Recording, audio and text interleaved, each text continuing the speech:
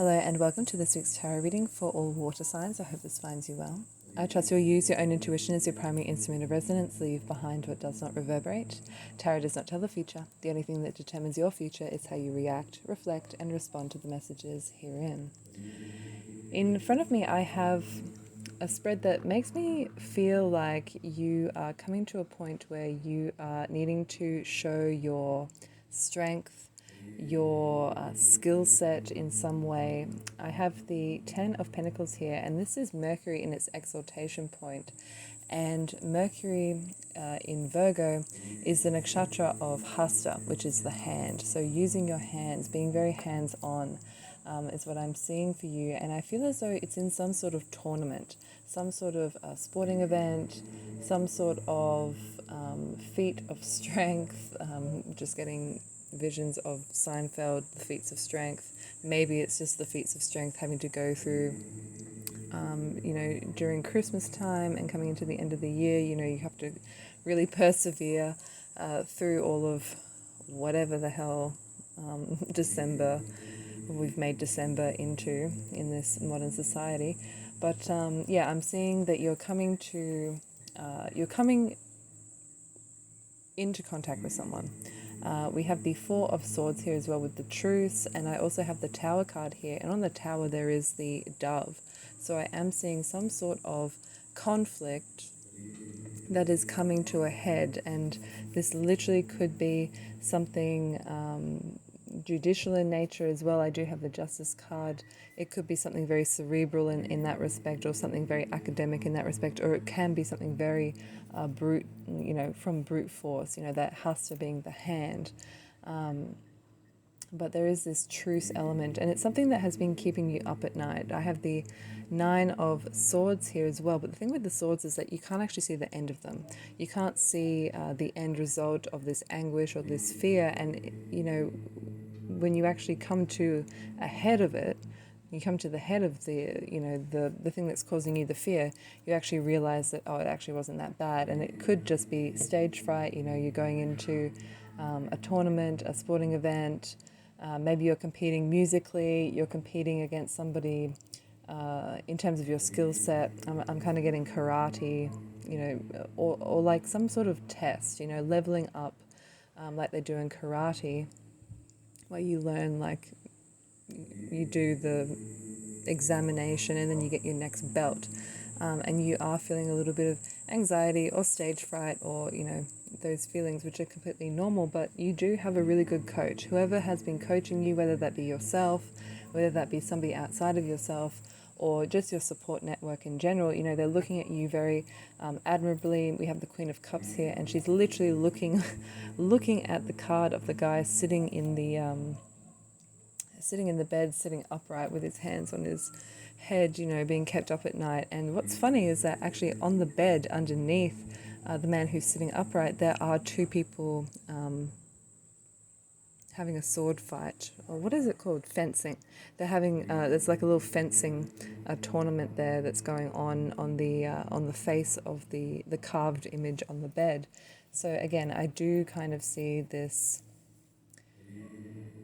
tournament type of energy, or just matching with someone, having a match with somebody else, and it could be a real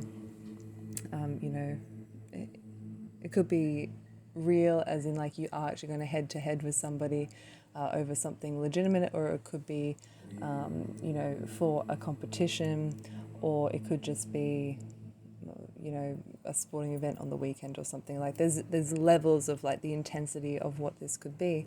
And again, like I said, your support network is there, your coach, whoever's been training you is there. And I also have the Knight of Swords, and this picture on this card, it comes from the Thoth deck, so it's a little bit strange in that it kind of looks like a dragonfly. It kind of looks like the hat on this man's head is kind of making like a helicopter rotor kind of thing, and he looks like the horse is kind of turned into this helicopter or like a dragonfly type of thing. And it just reminds me, this morning I found a dragonfly thing in the sink and he was covered in soap, so he couldn't actually move his wings properly, so I had to wash him off.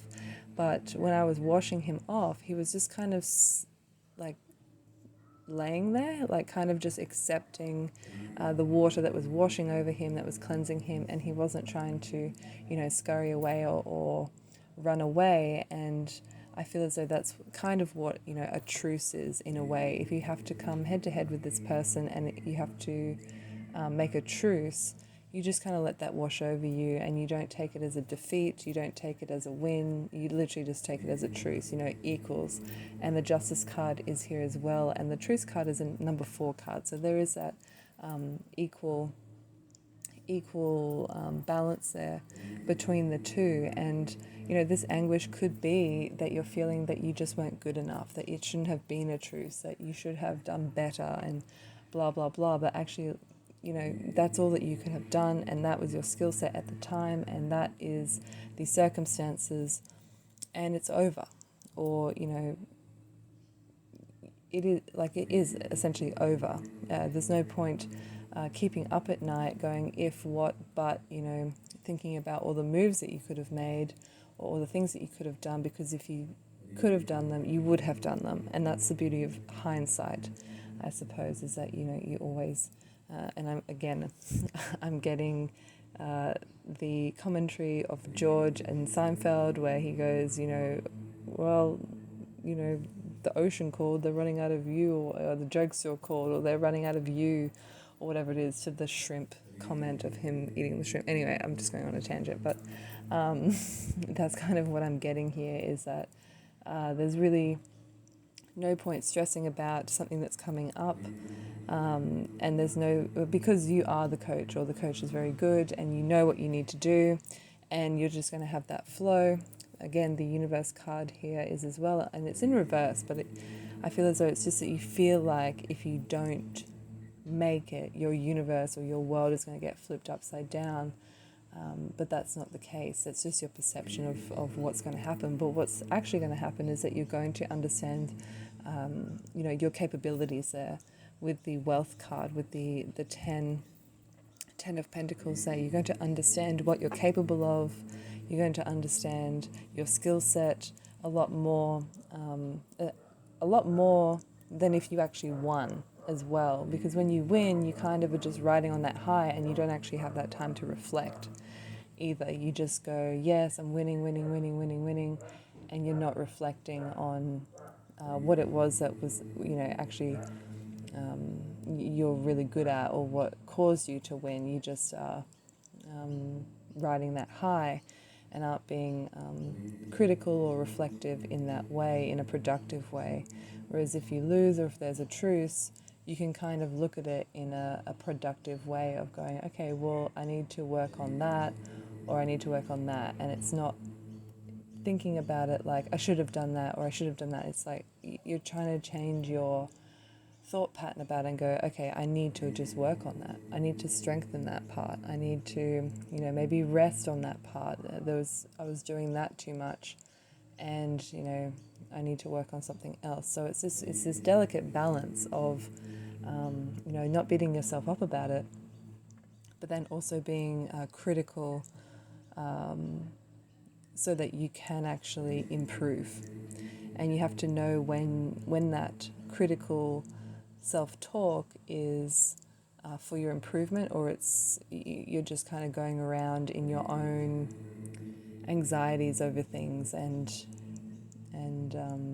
it's keeping you up at night instead of making you inspired. It should be making you inspired, for the next day to go, okay, I'm going to get up and I'm going to train this, or I'm going to do that, or blah blah blah, instead of thinking back to all the things that you should have done, if you get what I'm saying, which I hope you do.